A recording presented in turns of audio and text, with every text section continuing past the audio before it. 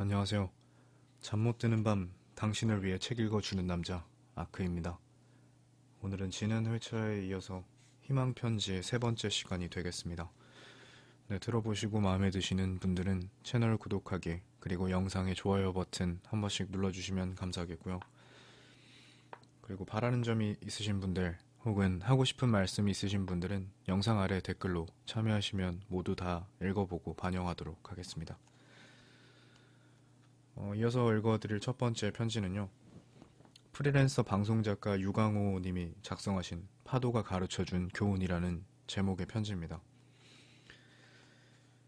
내가 산호세 컴퓨터 직업학원에서 블로그 기술을 배울 때 내 옆자리에 앉은 멕시코 여자 제니퍼는 인터넷으로 주식을 사고 팔았다. 은행이나 주식시장에 가지 않고도 컴퓨터 속에서 주식을 사고 팔 수 있다는 걸 몰랐던 나는 그녀가 대단히 존경스러웠다. 제니퍼는 매일 샀다가 팔았다가 하며 재미를 톡톡히 보았지만 별로 행복해 보이지는 않았다. 늘 자기는 좋은 뉴스 2가지에 나쁜 뉴스 3가지와 함께 산다고 나한테 툴툴거리곤 했다. 그러다가 어느 날 대박이 터졌다고 기뻐하더니 집도 사고 피자 가게도 늘리고 재미있게 다니던 컴퓨터 학원에도 나오지 않았다. 몇 달 후에 슈퍼마켓에서 만난 제니퍼는 아주 초주검이 되어 있었다. 그녀가 주식으로 돈을 벌자 남편은 바람이 났고 결국 이혼을 심각하게 고려 중이라고 했다. 설상가상으로 집값이 바닥을 쳐서 은행에서 독촉장이 날라와서 어디론가 도망가고 싶단다. 그래서 어디로 도망가고 싶은데? 내가 근심스럽게 물어보자 그녀는 깔깔대고 웃었다. 그거야 당연히 내 고향이지. 가난한 멕시코가 싫어서 집에서 도망쳐서 미국으로 왔는데 이젠 다시 집으로 돌아가야지. 그래도 그곳에는 친구들도 많고 할아버지랑 우리 오빠랑 조카들이랑 가족들도 있고 나를 기다려주는 첫사랑도 있으니까. 그렇구나. 너에게는 갈 수 있는 고향이 마지막 희망이구나.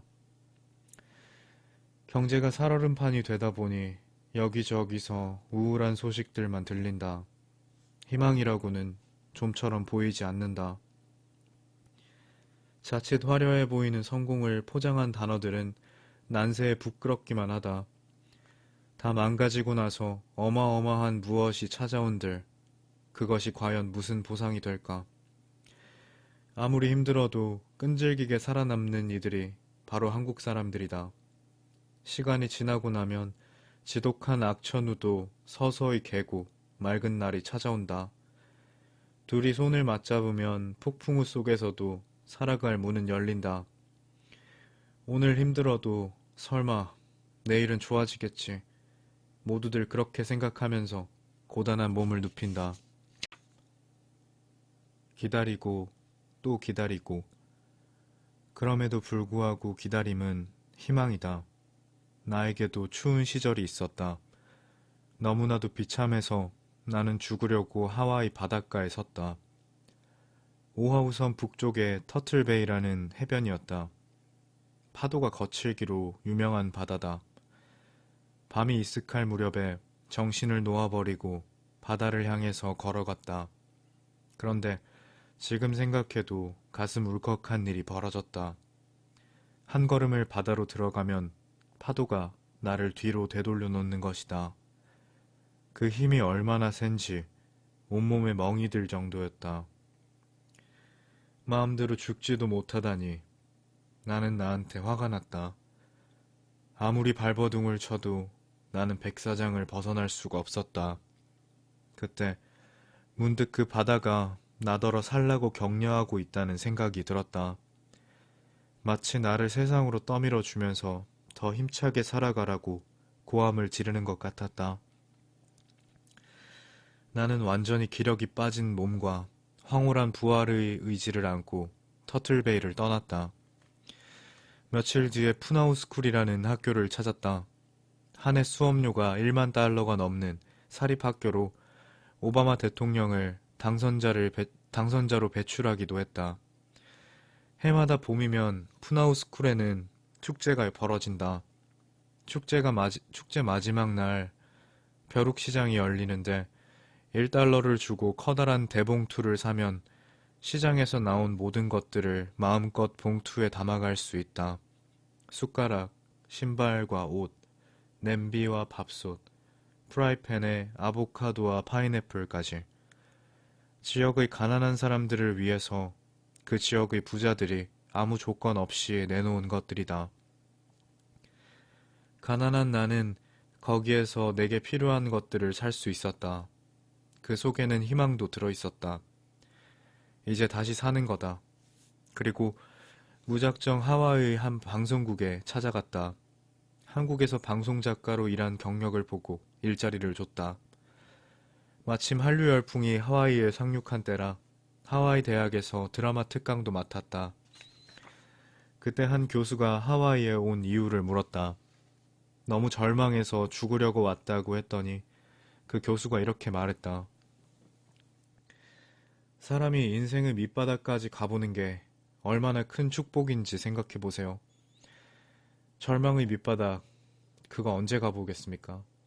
게다가 당신은 작가죠. 인생의 밑바닥을 경험해야 좋은 글도 나오는 법이죠. 교수의 한마디 한마디가 내 가슴을 찔렀다. 죽으러 갔던 섬에서 나는 5년을 더 살게 되었다. 아들들은 LA에서 공부를 마치고 성인이 되었고 나는 하와이에서 제2의 생을 살고 있다. 지금은 써니베일에 살고 있다. 혹독한 비바람 지나고 나면 절망도 추억이 된다. 살아있는 것 자체만으로도 축복이고 한없이 고마운 삶을 살게 된다. 그 다음 편지는 부산 진구 구청장 하계열 님이 작성하신 빵을 구우면 꿈이 부풀죠 라는 제목의 편지입니다. 부산 진구에는 아주 특별한 카페가 하나 있다. 점포종합사회복지관 1층에 있는 그 카페는 빵을 주로 팔기 때문에 이름이 빵집이다. 빵카페를 차린 사람은 세상에서 가장 순수한 20대의 젊은이들이다. 이들은 지적 장애인들로 흔히들 정신박약아라고 부른다. 빵카페는 2008년 9월에 문을 열었다. 복지관의 직업재활교육에 참가하던 지적 장애인들이 직접 빵을 만들어서 1층 카페에서 판매하기 시작한 것이다. 남자는 8명이고 여자는 5명이다. 모두들 겉으로 보면 멋있고 예쁘게 생긴 평범한 20대들이다. 그러나 그들의 지적 능력은 초등학교 저학년생에 불구하다. 서빙은 주로 여자들이 맡는다. 2인 1조로 일주일씩 돌아가면서 서빙을 한다. 다른 친구들은 실습실에서 빵을 만들어 공급한다. 서빙을 맡은 친구들은 인근 스타벅스에서 손님 응대 요령을 배워왔다. 그들은 정말 친절하고 예의 바르다. 그런데 이따금씩 계산을 틀려 곤혹을 치르기도 한다. 거스름돈을 덜 주거나 더 주는 경우가 잦은 것이다. 이들을 가르치는 제과제빵의 박선아, 생활교육의 이수정 선생님은 이렇게 말한다. 그 제빵 이론을 설명하면은 잘 못 알아들어요. 단어 뜻을 모르기 때문이죠. 또 어린애들처럼 두 가지 일을 동시에 못해요. 빵을 만들다가 보면 반죽도 하고 굽기도 하고 다른 재료들 준비해야 하는데 이 친구들은 오븐에 빵을 넣고 다른 일을 하다가 빵을 태우는 경우가 되게 많아요. 계산도 틀리고 기술 습득도 더디고 항상 보살핌을 받아야만 하는 이 친구들을 사회에 내보내기란 쉽지 않았다. 그러나 빵카페를 하면서 이들에게 서서히 변화가 생기기 시작했다. 서빙하는 친구들이 하는 경우에는요, 계산을 틀리는 횟수가 점점 줄어들고 있어요.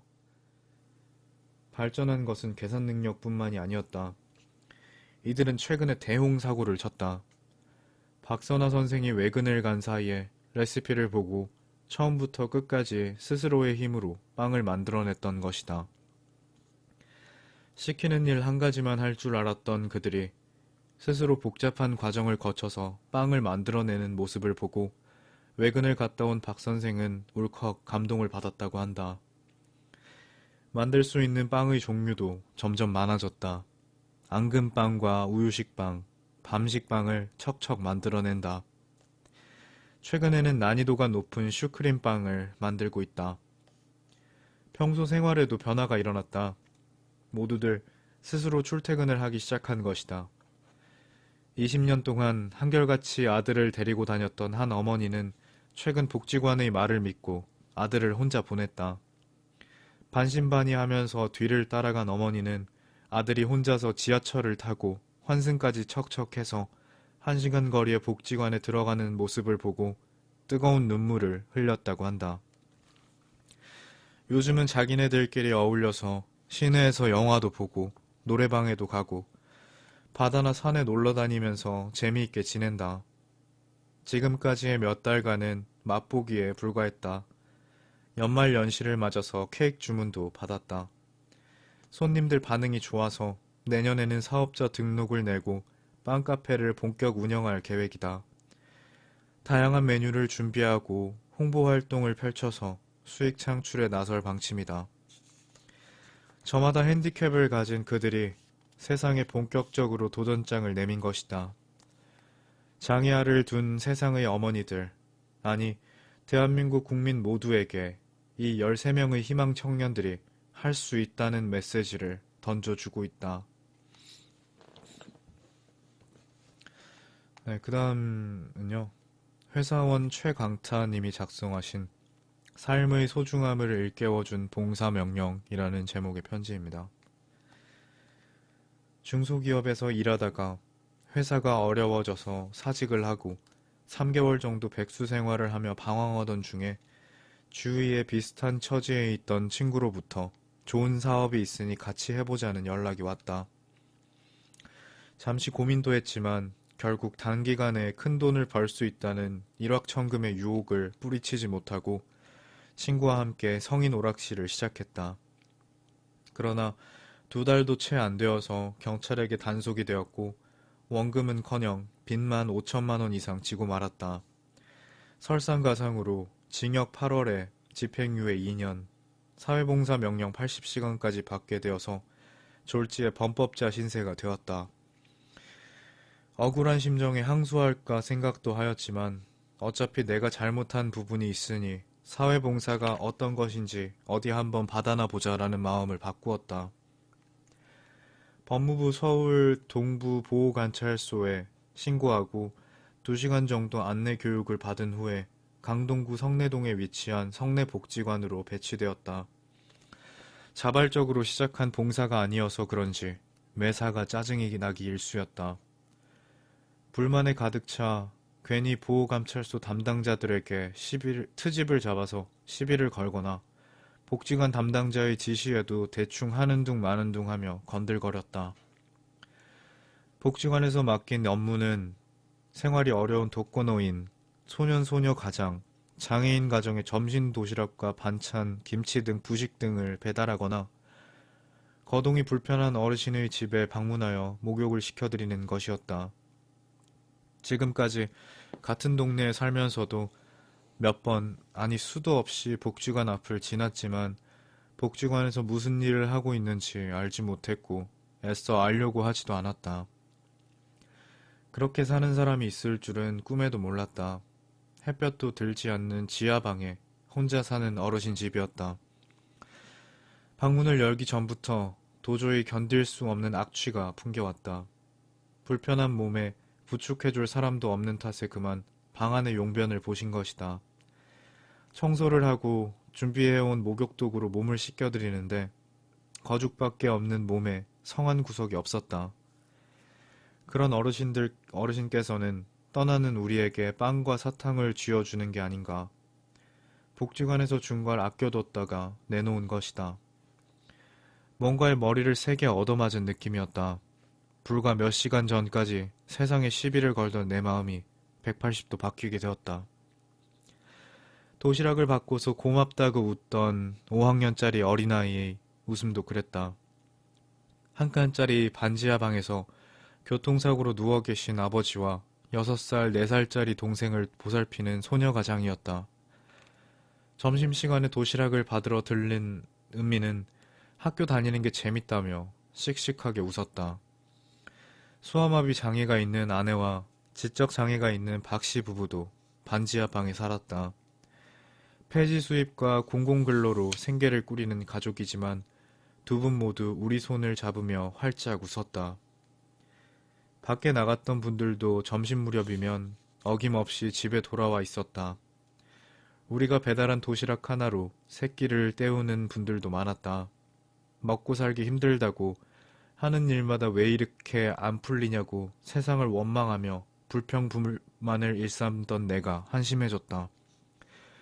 열흘이라는 짧은 시간 동안 봉사 명령을 수행하면서 스스로를 돌아볼 수 있는 시간을 갖게 되었다. 어렵지만 열심히 살고자 노력하는 분들의 모습을 보면서 삶의 소중함을 깨닫게 되었다.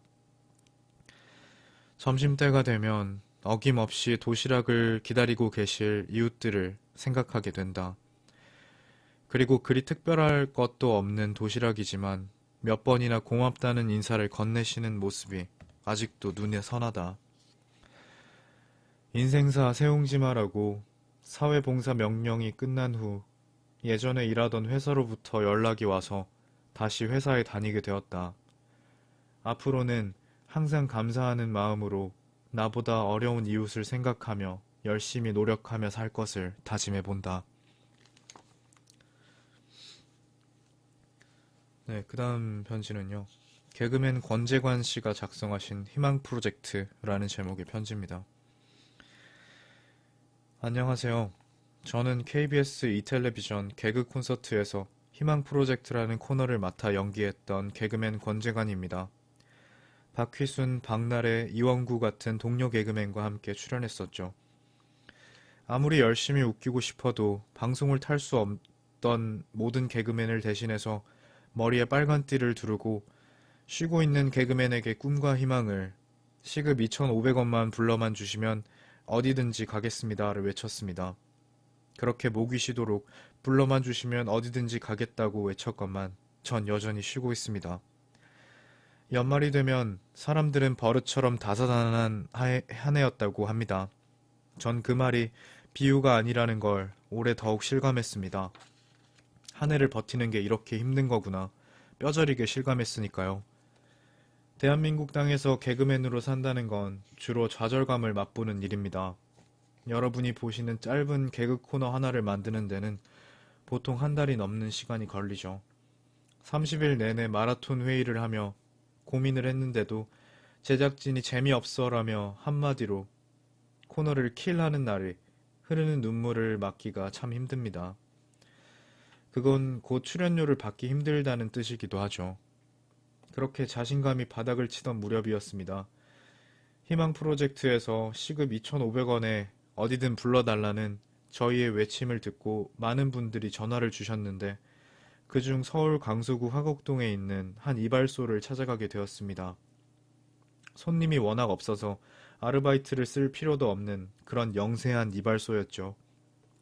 헌데 사장님은 새벽부터 나와서 4~5평 남짓한 그 작은 이발소를 끊임없이 쓸고 닦으시더군요. 손님이 언제 들어올지도 모르니 항상 만반의 준비를 해놔야 한다면서 손님 없는 이발소를 지키던 사장님은 이건 내 천직이야. 그러니까 최선을 다해야지 라고 말씀하시며 웃으셨습니다. 머리를 얻어맞은 기분이었습니다. 이렇게 열심히 사시는 분이 있는데 내가 힘들어하는 건 사치다 싶더군요. 어려운 처지에 놓인 사람이 웃는 웃음은 단순한 웃음 이상의 그 힘이 어려운 처지에 놓인 사람이 웃는 웃음은 단순한 웃음 이상의 힘을 갖는다는 걸 그때 처음 깨달았습니다. 그건 희망을 잃지 않은 사람만이 가질 수 있는 웃음이기 때문이죠. 요즘에는 너무 좋아라는 코너로 주가를 올리는 동료 개그맨 김경아 씨의 웃음도 그렇습니다. 처음 데뷔할 때만 해도 김경아 씨는 사람들이 기억하지 못하는 역할만 했습니다. 그래도 김경아 씨는 좀처럼 웃음을 잃는 법이 없었습니다. 그녀는 언젠가 나도 주인공을 하고 말 거야 라고 늘 큰 소리를 치면서 즐겁게 연습하고 즐겁게 일했죠. 그녀가 요즘 사랑을 받는 건 그때의 그 용기 있는 희망을 잃지 않았던 웃음 덕분인지도 모릅니다. 어느덧 2009년이 밝았습니다. 올해도 저와 제 가난한 동료들은 아이디어를 찾아서 혹은 생계를 꾸리기 위해 하루하루를 치열하게 살겠죠. 5분짜리 코너 하나를 제대로 짤 때까지 며칠을 울어보기도 하고 욕도 하고 담배도 피우고 소주도 마시겠죠. 때론 무대 위에서 몸을 굴리기도 하고 겨자도 달게 먹는 척하고 멀쩡한 얼굴에 까만 칠도 하겠죠. 그래도 화곡동 이발소 사장님의 직업정신을 기억한다면 힘든 순간에도 당당할 수 있는 웃음만 웃을 수 있다면 결국은 해피엔딩이 찾아올 거라고 저는 간절하게 바라고 또 굳게 믿고 있습니다. 네, 오늘 준비한 내용은 여기까지고요. 끝까지 들어주셔서 감사합니다. 잘 자요. 좋은 꿈 꾸고요.